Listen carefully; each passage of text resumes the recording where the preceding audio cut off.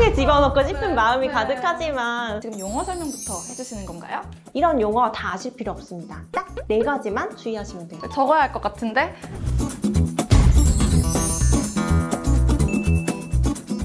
살다 보면 아 이것만 알았으면 하는 순간이 있죠. 후회는 아무리 빨라도 늦으니까. 여러분들이 꼭 알아야 할 법률 상식만 콕 집어서 김예린 변호사가 알려드리겠습니다. 지금부터 함께 알아보증! 안녕하세요. 여러분의 생활법률 전도사 김예린 변호사입니다. 안녕하세요. SGI 서울보증 홍보 서포터즈 정다혜입니다. 제가 듣기로는 최근에 전세 계약하셨다고. 네, 맞아요. 제가 드디어 처음으로 독립을 했습니다. 모두 박수 쳐주세요. 정말 좋을 때신 것 같은데 네. 처음에 이제 독립하실 때 굉장히 로망이 많잖아요. 어떠세요? 소감이? 네, 저 진짜 너무 혼자 살게 돼서 너무 기쁘고요. 드디어 자유를 얻은 것과 같은 기분? 그런데 제가 계약하기 전에 변호사님을 만났으면 참 좋았을 텐데 이제야 만난 게 조금 아쉽네요. 그래도 혹시 몰라서 제가 한번 전세 계약서를 한번 가져가 와봤습니다. 요새는 전세 계약이라고 하면은 전세 계약이 끝날 때 전세금을 돌려주지 않는 경우도 많다고 하고 또 이중계약 같이 전세 사기? 전세 계약 사기가 많다는 것을 종종 TV에서 많이 봐서 좀 불안한 마음이 있기도 해요. 실제로 이제 전세 계약 하실 때 당연히 사기당하실까 봐 굉장히 걱정 많이 하시거든요. 근데 생각 같아서는 이제 사기꾼들 다 이제 빵에 집어넣고 싶은 마음이 가득하지만 실제로 이제 미리미리 좀 사전에 대비를 하셔가지고 전세 계약 하실 때 사기 안 당하시는 거 굉장히 중요하겠죠. 그럼 어떻게 해야 할까요? 오늘 SGI 서울보증 채널을 구독하시고 오늘 제 얘기를 잘 들으시면 됩니다. 구독과 좋아요. 그러면 오늘 부동산 전세 계약 하시기 전에 꼭 살펴봐야 될 2가지 한번 설명드릴게요. 첫 번째로 이제 계약서고요. 그리고 두 번째로 등기부 등본 보셔야 돼요. 근데 등기부 등본에 보시면 뭐 표제분이, 갑분이, 을분이 이런 용어들이 좀 복잡하게 느껴지실 수 있거든요. 그런 것들은 저희가 보통 잘 듣지 않는 용어다 보니까 무슨 말인지 모르고 등기부 등본을 봐도 어디를 봐야 되는지 모르시는 분들이 많은 것 같은데요. 그럼 변호사님 지금 용어 설명부터 해주시는 건가요? 근데 물론 알고 있으면 좋죠. 그런데 오늘은 이제 전세 계약 하실 때 사기 안 당하는 법을 지금 알아보고 있는 중이잖아요. 이런 용어 다 아실 필요 없습니다. 딱 4가지만 주의하시면 돼요. 정말요? 지금 저 펜 좀 주시겠어요? 적어야 할 것 같은데? 자, 보시면 이제 상단에 건물 주소가 있죠.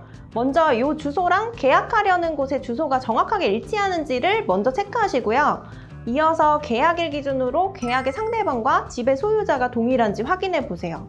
뭐 이상이 없으면 이제 계약일 기준으로 걸려있는 근저당, 가압류 확인을 해보셔야 되는데 계약일 기준이라고 했으니까 당연히 이제 발행일자를 확인해 봐야겠죠. 근데 집주인분께서 너무 바빠서 일주일 전 등본밖에 가져오지 못했다라고 말씀하시는 경우도 있잖아요. 그런 경우는 어떻게 해야 되는 건가요? 반드시 계약 당일에 발급된 걸 보셔야 돼요. 예를 들어서 이제 시일이 지난 등기부 등본을 가지고 와서 뭐 소유자가 아닌데 소유자의 인척을 한다던가 아니면 근저당권이 실제로 설정이 돼 있는데 설정이 안 된 것처럼 이제 행세하는 사기꾼들이 있을 수도 있잖아요. 명심하겠습니다.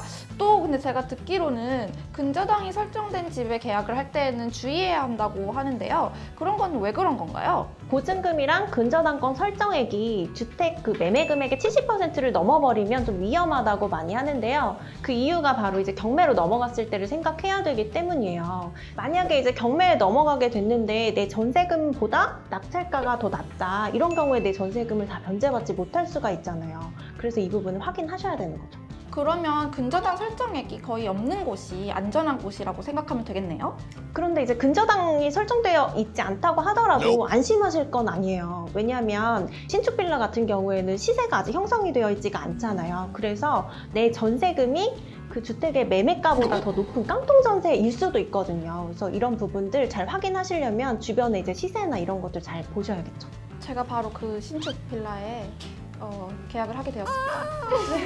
이건 그냥 빼주셔도 돼요. 이제 보통 전세 계약 하실 때는 공인중개사분들 통해서 하시잖아요. 표준 임대차 계약서라고 해서 뭐 이런 것들을 잘 준비를 해주셔서 크게 걱정하실 필요는 없어요. 그래도 최소한 등기부 등본과 계약서의 내용을 확인해보는 절차는 필요하시겠죠. 변호사님, 근데 질문이 하나 있는데요.